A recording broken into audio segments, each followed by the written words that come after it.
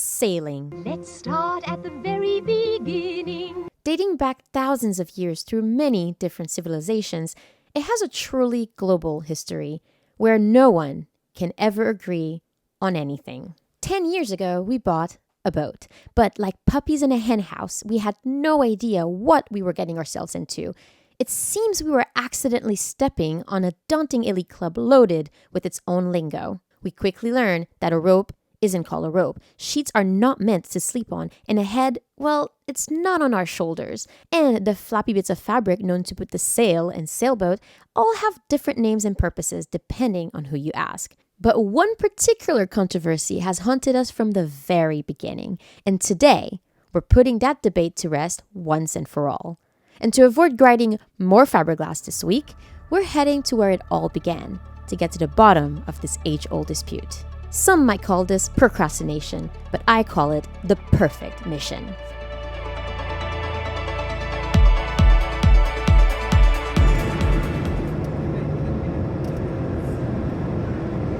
Coincidentally, the ocean is finishing a race this week and having its grand finale here in Italy at the heart of the sailing industry. A perfect opportunity for me to dig deeper and find out the truth, to speak to the experts and separate fact from fiction. But where do I even start?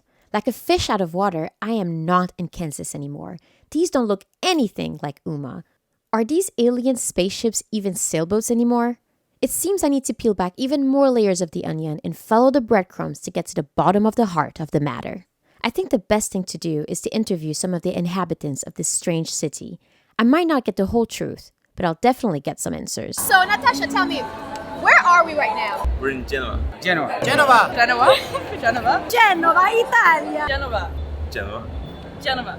Genova. With a B. I say Genoa. The locals would say Genova. So you can have a V and a Genova if you like, or you can just call it Genoa. They want to be different, they don't want to be Genoa, so it's Genova. You have to say it like it's Genova. Genova. Of course they would know what city they're in, but where did the V come from? Why is it there? What is the connection between the city and the sail that bears its name? There are so many unanswered questions, and I feel I'm only just scratching the surface. What I need is to pierce the veil of secrecy and peer behind the curtain, or in this case, sail, to find my answers. So the winner of the final leg of the ocean race is arriving right now, but because they're sailboats, we're going to be clapping for a long time before they make it to the dock. On the VO65 Surf Cup Women's Racing Team, they're nearly here.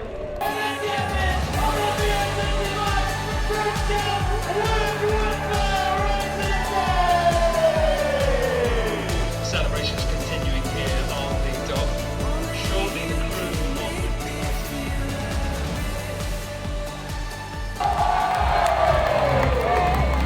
will... Looking at these sailors cheer for victory, I can't help to wonder, was sail choice a factor into this team winning the race? What sails do these race boats have? What are they called? It seems I need to go behind enemy lines and ask a sailor in their natural habitat. We're about to jump on a rib to go out and visit and potentially go sailing on a really cool monohull that has been made out of 100% recyclable thermoplastic. Why this boat is so particular? They find a way to produce resin that is not just resin like the ones that you use for fiberglass, but it's a resin that you can recycle because it's a thermoplastic. So you can recycle it over and over again? Exactly. You can take one boat, grind it down, and turn it to another boat? Yeah, and you have these two ways to reuse it. Or you melt the resin and you use it apart and you use the textile apart. So you can reuse the resin as well? Absolutely. That's why it's thermoplastic. This boat and all the innovation involved to build it is truly impressive. But we'll get into that some other time, because today I am on a mission and this is my chance to pop the big question. So I know there's many names for the head sails. What would you call this one? Jib. This jib. Okay. It's not a Genoa. No, the Genoa is bigger. But we are in the city of Genoa. Exactly. Well, he didn't seem too impressed by my query, but surely with all the sailboats here, someone will know the truth. And how do you call that sail that's in the front of the boats usually? Genoa. Like one of the front sails that you stick on a boat, a triangular sail that we call a Genoa. It's a Genoa. Spinnaker. Some teams used to call them Genoas, like G1, G2, and then Jeep 1, 2, 3. J1. J4. And they did not call the Genoas, just called Genoas, Jeeps, and that's it. So in German we say Genua. The Genoa. Genoa. Yeah. There's no V, that was the point. There's a Spinnaker, there's a Genoa, and then a few years ago, 30 or 40 years ago, they sort of, there was a happy union between a Genoa and a Spinnaker, and it made a Jenica. That was the baby of the Genoa and the Spinnaker. The grandfather's brother of Juan Salen, he actually competed here in 1926 in the Olympics and had a new sail that he invented for that competition, which was something between a Spinnaker and the foresail, making it really fast, his boat, and that's what helped him win the gold medal. And after that, because it was in Genoa, he called it the Jenaker. This place is known for having very, very little wind. And the old ships, you know, they would be stopped up here. And so they invented this big sail at Genoa to be able to reach Genoa. Code Zero is like a very big Genoa, which is not mounted on the forestay, but mounted on the bowsprit. And is your microphone on? The microphone is not on, but it looks really cool, so I'm using it anyway. Well, actually, at the gallery in England, they can probably still hear you. And once again, it sounds like every sailor has elbows. Maybe some old pros on an old boat will know best. It's time to get on board a legendary boat filled with legendary crew for a chance to see the legendary sail in action. Welcome to Genova Legends! What a massive day we're going to have today. We've got some real legends starting to come in, obviously. And this is our race course today for the legends, about 3 miles out to sea. So we'll see them going out, wish them well out. So this is pretty epic though, because not only are the boats legendary, but the people sailing it are legendary too. They're skippers that have won in the past on boats that have won in the past, which is really cool. We get to be a part of it.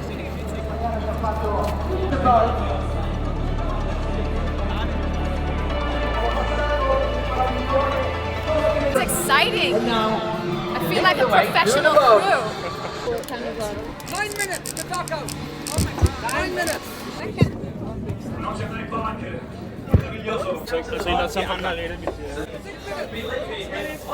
Yeah, that's gonna be awesome because we are racing with our fellow YouTubers, Eric and Sam, and we're on 2 different boats, which is gonna make things super exciting because it's gonna be a friendly competition.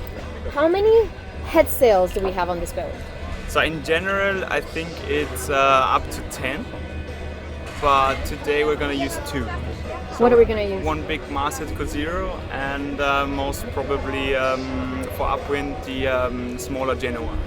I, for one, am pretty excited to see these 2 sails perform. They are named after the city after all. So the question is, will they surpass all the expectations and lift us to victory?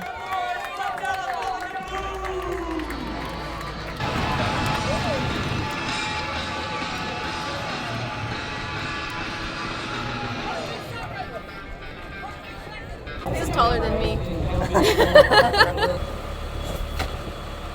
So we are sailing out with boats ranging from the 1970s and some of the first Volvo Ocean Race winners all the way up to the previous generation Volvo 70s. So definitely going to be some handicaps probably involved. We don't know what they are, and now we're just slowly motoring out. This boat, as Telefonica Blue, has been used in the Ocean Race 2008 and 9.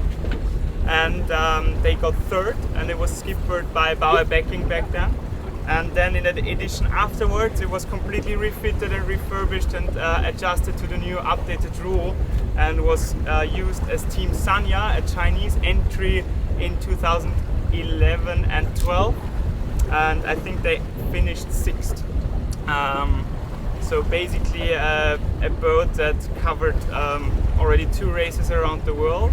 And after that, it ended up in the Netherlands. It was sailed as a day racer in the Netherlands. And a few years back, Johannes, the owner of the other 2 boats, also bought this one. And he kindly lets us race on it today. which is very good. So we can enjoy the Legends race together.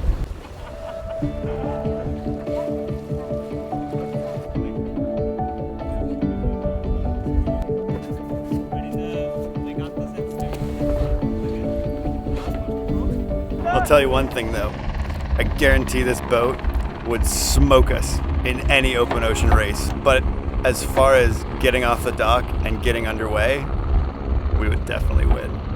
Because our boat is just so easy to get the sails up and just start cruising. Bitte fall auf! Stopp! Schlag der Typ! Mich runter!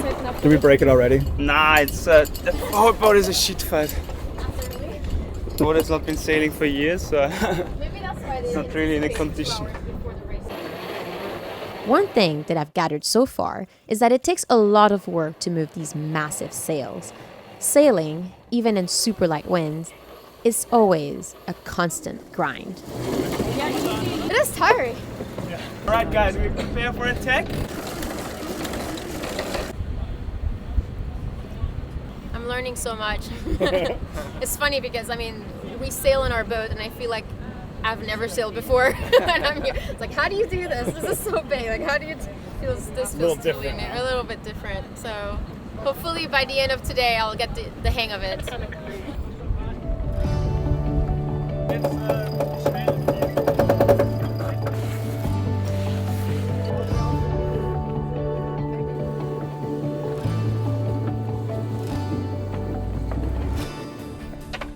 So Konstantin was saying that there's a lot of lines, but a lot of broken ones, because there's a reason why these boats are called Legends. They haven't raced in a very long time.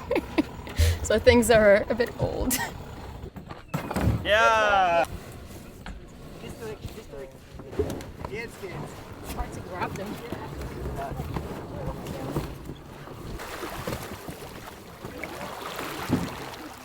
Took a while, but Code Zero's out, and we're actually moving. Oh, now the mark's at 3 o'clock again.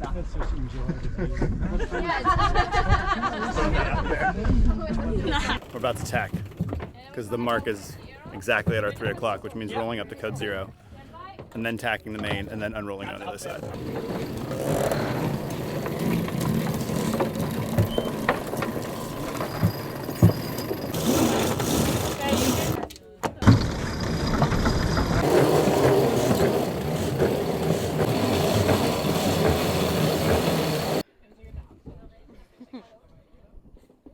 This is the chillest sail, the most comfortable race I think I've ever been on. How many races have you been on? One. That's a good start. No, there's just no wind today, so we're all kind of drifting around, aiming at the buoys. I believe right now we're sort of in second place. I think. I mean, if there is a second place at this point.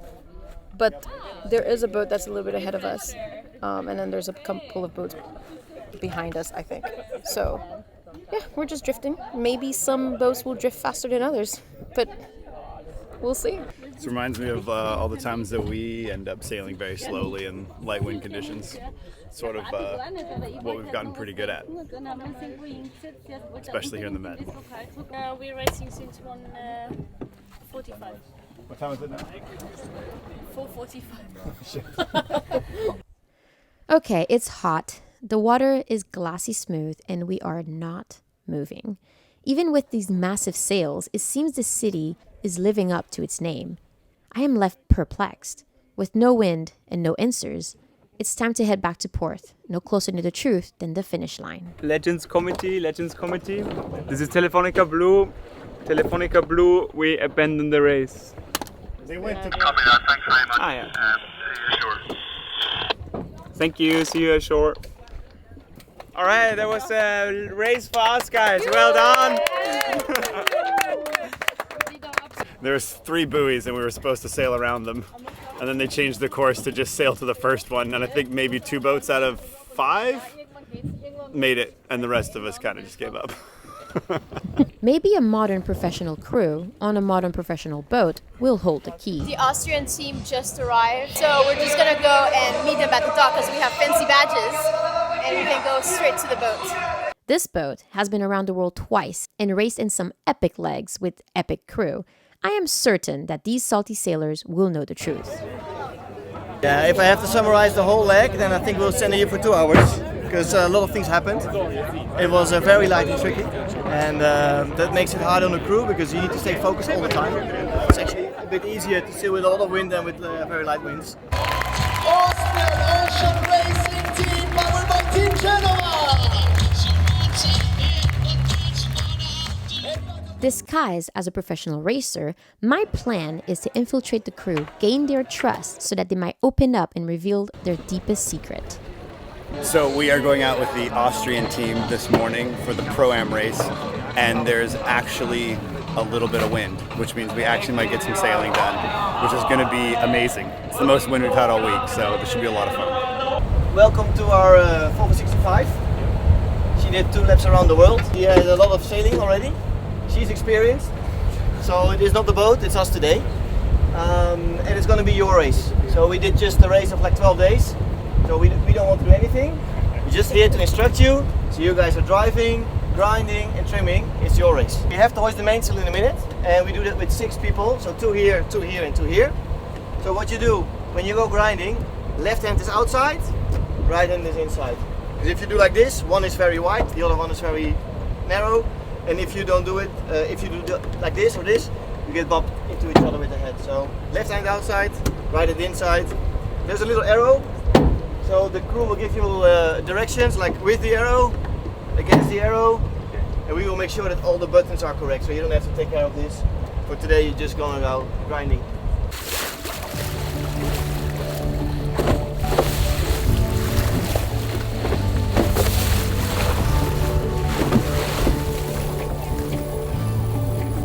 Halfway.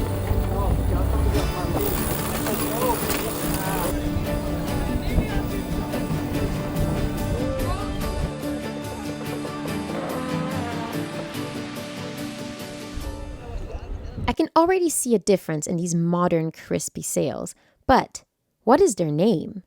What is their quest? And what is their favorite color? Sitting on deck looking at these sails, I'm realizing I am definitely missing something. It is time to step it up, take things to a new height. What I need is to gain perspective. I think that's... Just don't fall upside down. the things we do. Ready? Ready, let's have 6 guys on the grinders. Nervous yet? We're excited.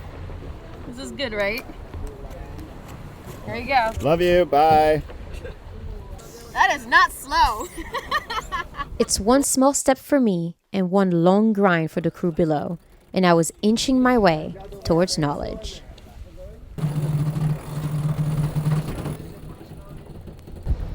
Woo! This is insane. I am about 28 meters in the sky, and there's not much wind, so I'm bobbing back and forth. Analyzing the head sail up close was a challenging task in these conditions, like riding a mechanical bull named Molly. It was hard and soft at the same time. Further from the water, but no closer to the truth, it was time to get back down. It was a beautiful view, magnificent. You're epic. Oh, high five. That was fun.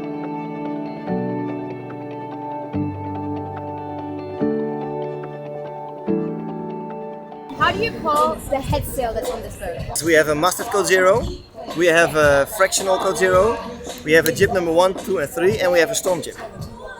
Do you have a sail that matches with the name of where we are? No. I get your point. It's a Genoa, but the Genoa is like an overlapping jib that goes around the stays, and we don't have it. So everything we have stays in front. You don't have a Genoa? No, we don't have a Genoa.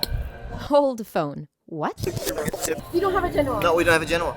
It seems this sail and its name are more elusive than I originally thought.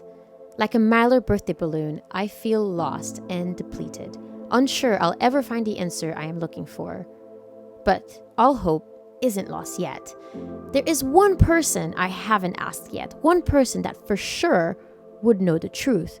If anyone would know, it would be him, because after all, he runs this city.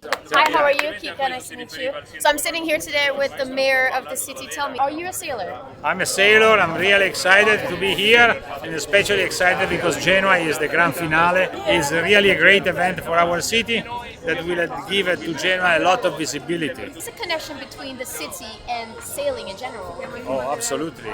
Just to give an example, one of the sails, it's called Genoa, has been invented here, and just 100 years ago. The main question now is, do you have a Genoa on your boat? Of course, yes. I have a boat, and my boat is just 300 meters from here. So. And what's your favorite sail? Genoa, of course. There you have it, folks. The answer to the question no one was asking. The correct way to pronounce the name of the head sail that overlaps the main sail in the city that it was named after is